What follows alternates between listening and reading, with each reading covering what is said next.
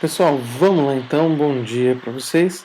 Aqui é o professor Guilherme e na aula de hoje a gente vai continuar a falar do modelo atômico atual. Na aula passada a gente fez a cronologia, né, como é que chegamos ao modelo e um pouquinho da organização dele. Só para não ficar jogado, vamos recordar o que falamos aí na semana passada. Então, Louis de Broglie fez o princípio de dualidade onda-partícula, Heisenberg, o princípio da incerteza. O Schrödinger disse sobre o orbital, que é a região de máxima probabilidade de você encontrar o elétron. E o Chadwick, em 1932, falou do nêutron. Aí eu expliquei para você como é que ficou organizado em níveis de energia.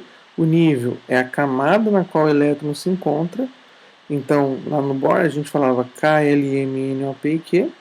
Agora a gente vai falar n igual a 1, 2, 3, 4, 5, 6 e 7. E o número de elétrons, 2, 8, 18, 32, 32, 18 e 8, respectivamente. Subníveis de energia, eles ficam dentro dos níveis de energia. Para você entender, imagina uma arquibancada de um ginásio, de um campo de futebol. Você tem os degraus maiores, onde o pessoal senta, e dentro dele lá você tem os menores, que é para ajudar a subir.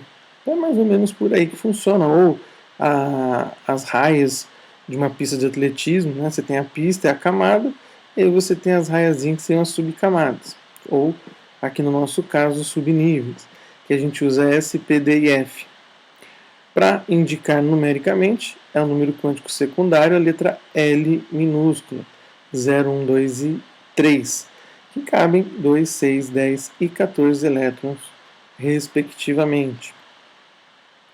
A orientação espacial, que são aquelas caixinhas que mostramos na semana passada, que eu só organizei de maneira diferente, e a posição dos elétrons que a gente indica com o spin.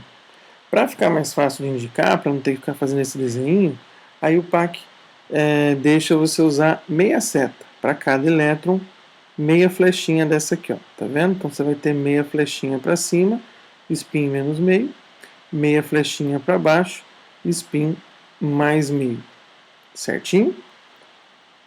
E como que você vai organizar esses elétrons?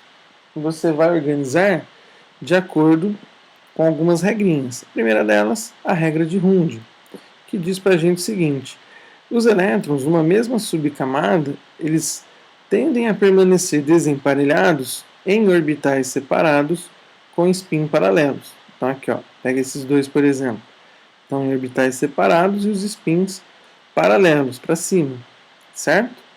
E essa configuração é a configuração de menor energia, tá ok? Isso tem conta, tudo mais, que para você do ensino médio não vem ao caso. Qual a consequência disso? Você vai distribuir os elétrons primeiro com os spins paralelos. Depois você volta colocando os de spin contrário. Então aqui, ó, vou preencher o orbital P para você entender como funciona. Ó, coloca para cima, depois você vem, coloca o outro e coloca o outro. Tá vendo? Aí você volta colocando os spins contrários. Perfeito? Até preencher o orbital. Tá joia? Bom, essa regrinha ela vai de encontro ou concorda com o princípio da exclusão de Pauli, que é esse cidadão aqui. O princípio da exclusão de Pauli diz para a gente que dois elétrons não podem possuir simultaneamente conjuntos de números quânticos iguais. Então, ó, vamos pegar aqui dois exemplos para você entender melhor. 2p1 e 2p4. Guilherme do céu, o que é isso 2p1 e 2p4? 2p1 é a forma de indicar o primeiro elétron do subnível P da camada 2. 2p4 eu estou indicando o quarto elétron do subnível P da camada 2. Certinho? É assim que eu indico.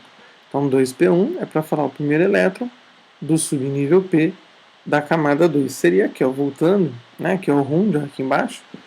Voltando, seria essa situação, ó, primeiro elétron do subnível P da camada 2. E aqui o quarto elétron do subnível P da camada 2. Tá certo? Então, vamos ver como é que fica aí o conjunto de números quânticos de cada um, para você ver que uma regra concorda com a outra. Ó. O primeiro elétron ele tem N igual a 2, que é a camada 2. O L igual a 1, coloquei até no cantinho aqui, ó, subnível, P tem L igual a 1 e cabe em 6 elétrons. Certo? Se a gente voltar aqui na figurinha anterior, ó, 6 elétrons.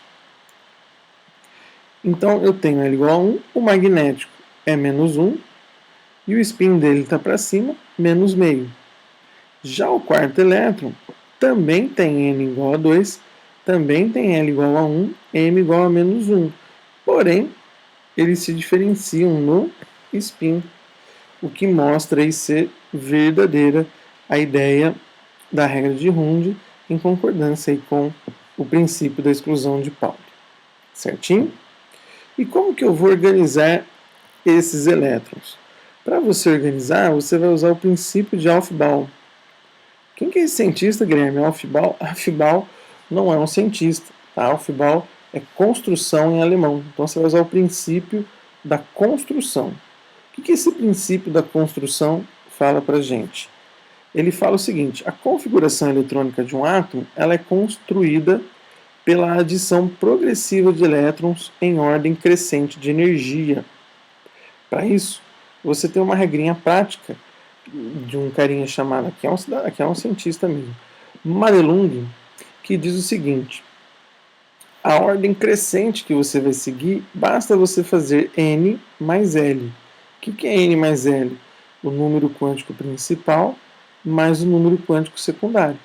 Aí esse resultado você coloca em ordem crescente. Se o resultado for o mesmo, aquele que tiver o menor N vem primeiro. Entendi, Guilherme? Aqui 3 exemplos para você. Ó. 4S, 3P e 3D.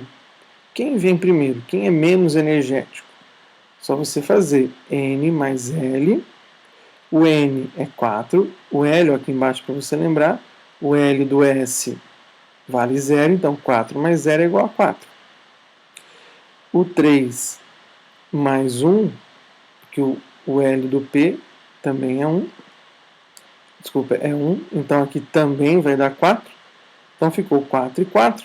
Mas esse tem o menor N, porque aqui é 4 e aqui é 3. Então ele vem primeiro. E o 3D, N é igual a 3. O D é 2. 3 mais 2, 5. Então esse é o mais energético. Então a ordem de energia fica 3P, 4S, 3D. Nossa, Guilherme, mas eu vou ter que toda vez que você pedir a configuração fazer essa conta? Não, você não vai fazer, porque construíram um diagrama para ilustrar esse princípio de Aufbau.